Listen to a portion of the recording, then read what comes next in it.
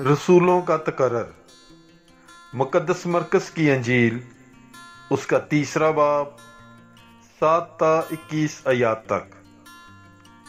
और यस्सु अपने शिगिर्दों के साथ झील की तरफ चला गया और जलील से एक बड़ा हजूम पीछे हो लिया, और यहूदिया और यरूशलेम और अदूम और उर्दन के पार और सूर और सदून के गिरदो नवा से भी बहुत खलकत उसके बड़े कामों की खबर सुनकर उसके पास आई। तब उसने अपने शिगिर्दों से कहा, हजूम के सबब से एक छोटी कश्ती मेरे लिए तैयार रहे, ताकि वो मुझे दबा ना डालें, क्योंकि वो बहुत लोगों को शिफा देता था, इसलिए कि जितने बीमारियों में मुब्तला थे वो उस पर गिरे पड़ते थे कि उसे छू लें।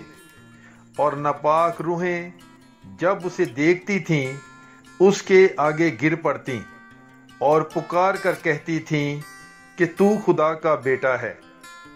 और वो उन्हें बहुत धमकाता था कि मुझे मशहूर ना करना।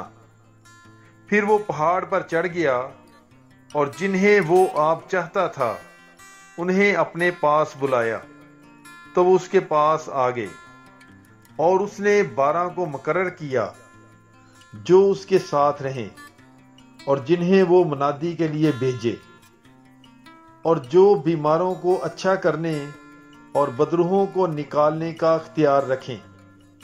और उसने ये 12 मुकर्रर किए, शमौन जिसका नाम उसने पतरस रखा, और यकूब बिन जब्दी, और यकूब का भाई यूहन्ना जिनका नाम उसने बोअनर्जस यानी पसराने तुंदर रखा, और इंद्रियास और फिलबूस और बरतमाई और मत्ती और तोमा और यकूब बिन हल्फाई और तदाई और शमौन कानवी और यहूदा अस्करयूती जिसने उसे पकड़वा दिया। और वो एक घर में आए और इतना हजूम जमा हो गया कि वो रोटी भी ना खा सके।